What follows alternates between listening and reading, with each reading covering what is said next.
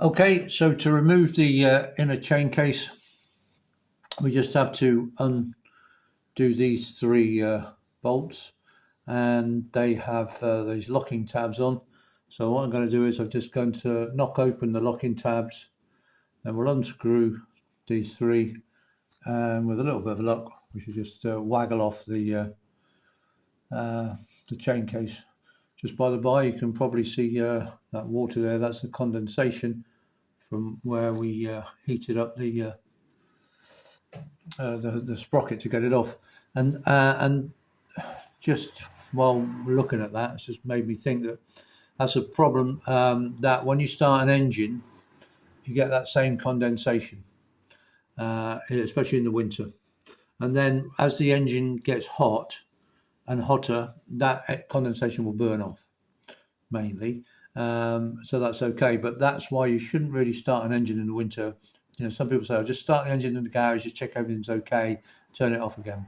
And that's really why you shouldn't, because you'll get condensation and it won't burn off because the engine doesn't get hot enough. It takes about 10 minutes or so, I think, from starting an engine to burn the condensation off. Also, some of that condensation will slowly go into the oil, and that's why another reason of having, amongst many, for having frequent oil change, because it will slowly get contaminated with that water, that condensation. Okay, just by the by.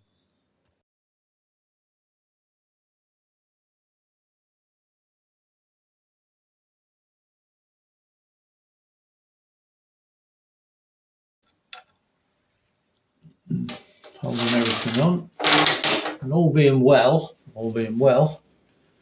should now just be able to get the. Oh, yeah, I've just spotted a problem there. Oh dear, I've just spotted. You probably can't see it on the camera, but there's a big crack here. I just spotted it. There's probably where a chain. I'm guessing the chain's broken or something, will come off on the sprocket behind the rear chain, and that's bashed into there, so that's going to need mending as well. I don't know if you can see it on the camera, but we'll have a look at it in detail. It's cracked, it's cracked all the way through. Okay, so let's see if this wants to come off. You do want to come off, don't you? You do want to come off. Again, we'll probably use a bit of heat if we have to. Heat is always our friend when dismantling things. I'll just give it a quick tap. It's gone. You can hear that sound when it lets go. There we go. Yeah, and off. And I was just about to say what amazing condition the primary chain case is in. It's all pretty clean, mainly because there's been no oil in it. But I think now you can see that crack that I just noticed. So I'm assuming that, it's not. I don't think the chain's come off it or something. And you can see there, it's just the chain is obviously gouged into at some point, maybe the rear sprocket came loose. Can you see that rear sprocket? I think you can, yeah. Maybe the sprocket came loose at some point. Anyway, but that's going to need repairing. Oh, and then, crikey, what's going on there? We've got the back end of the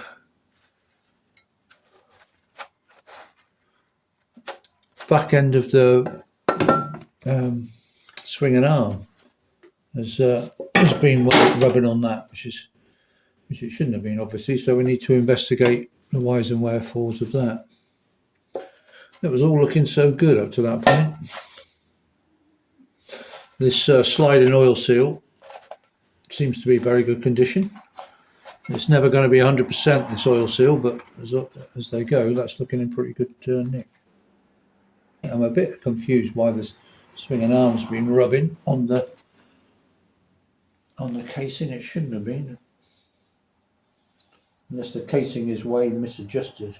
Unless the casing could be too far in.